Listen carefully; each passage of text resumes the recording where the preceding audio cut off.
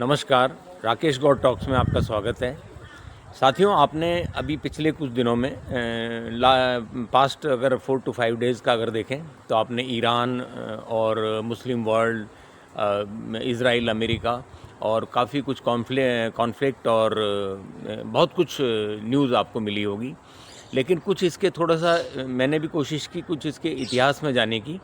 कि क्या कुछ हुआ, कैसे कैसे हुआ और भारत की क्या स्थिति है। तो हम ये देखें कि क्या इज़राइल और अमेरिका सिर्फ मात्र इतनी सी बात है कि वो न्यूक्लियर पावर ना बने, इसके लिए इज़राइल पे उन्होंने अटैक किया,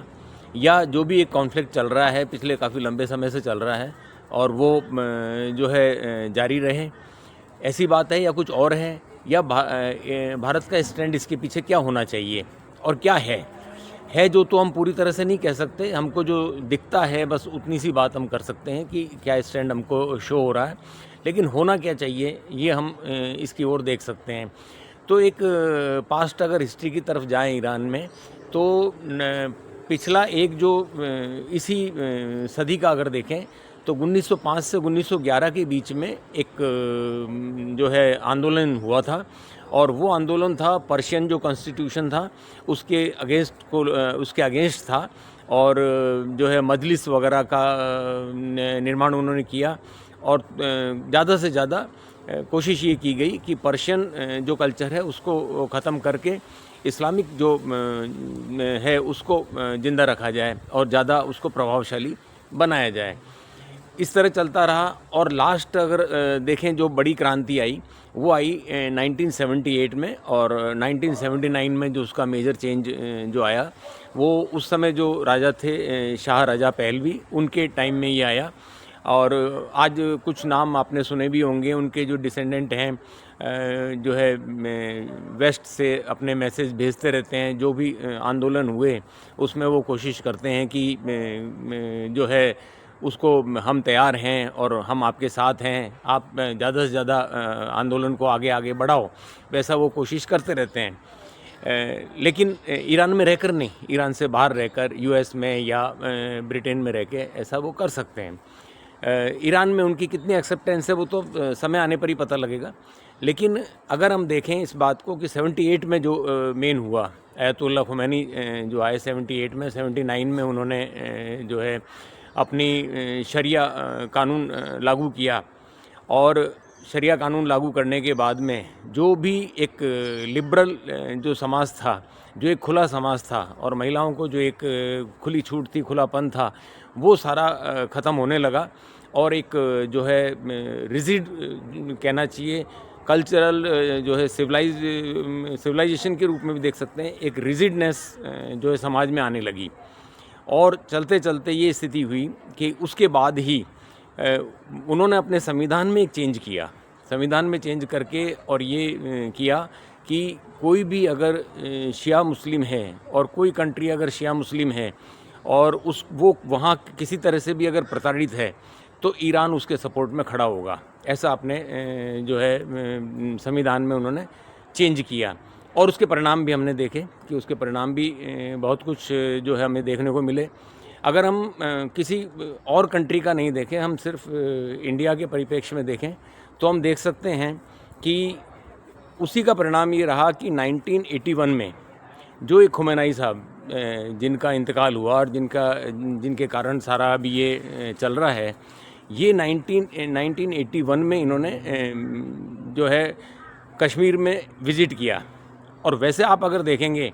तो हमेशा कश्मीर के इंटरनेशनल किसी भी फोरम के ऊपर, कश्मीर के किसी भी मुद्दे पर ऑलवेज़ ईरान ने अपोज किया, पाकिस्तान को सपोर्ट किया, और ईरान ने ऑलवेज़ इंडिया को अपोज किया। आगे आने तक अगर आगे के क्रम में अगर देखेंगे तो धारा 370 और राम मंदिर, उस पर भी जो है अपोज किया।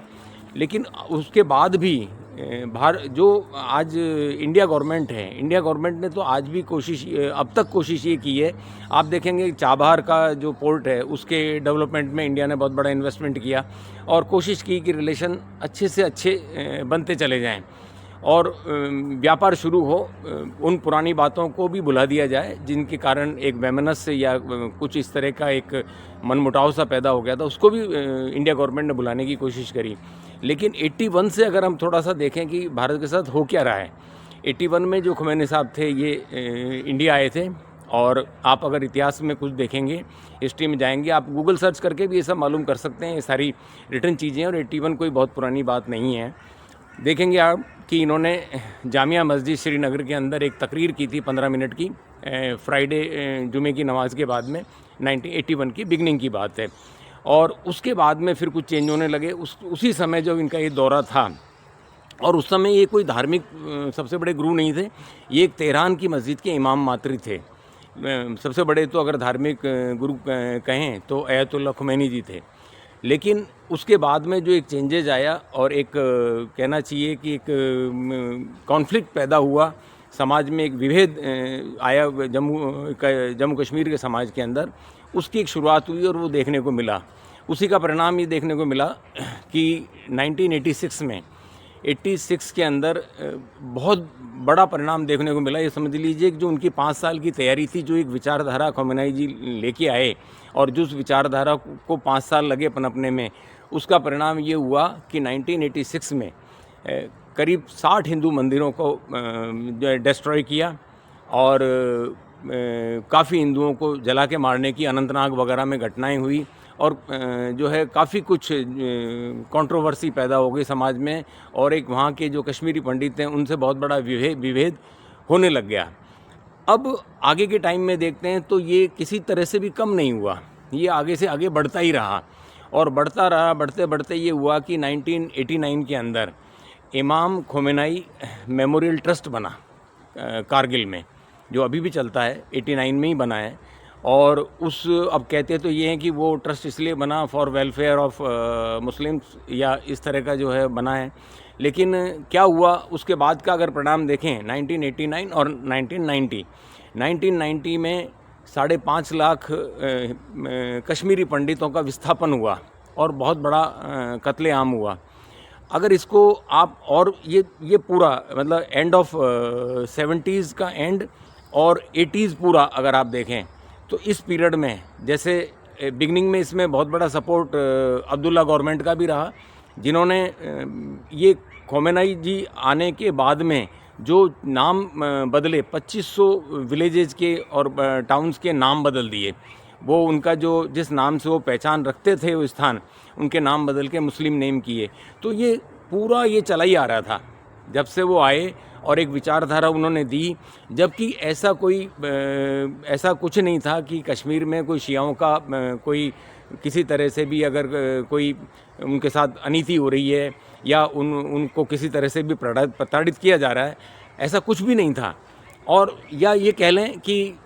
उस समय की जो गवर्नमेंट थी, स्टेट गवर्नमेंट कह लीजिए और सेंट्रल गवर्नमेंट कह लीजिए, उनका भी किसी तरह से कोई सख्ती नहीं थी और सपोर्ट ही था, वरना इतना समाज में विभेद कैसे हो जाता। लेकिन अगर पास्ट 12 साल का देखें तो 12 साल में इस गवर्नमेंट ने तो काफ़ी कुछ प्रयास किया कि कैसे ही रिलेशन बेहतर हो, और ईरान से पुरानी बातों को भी भुला दिया जाए।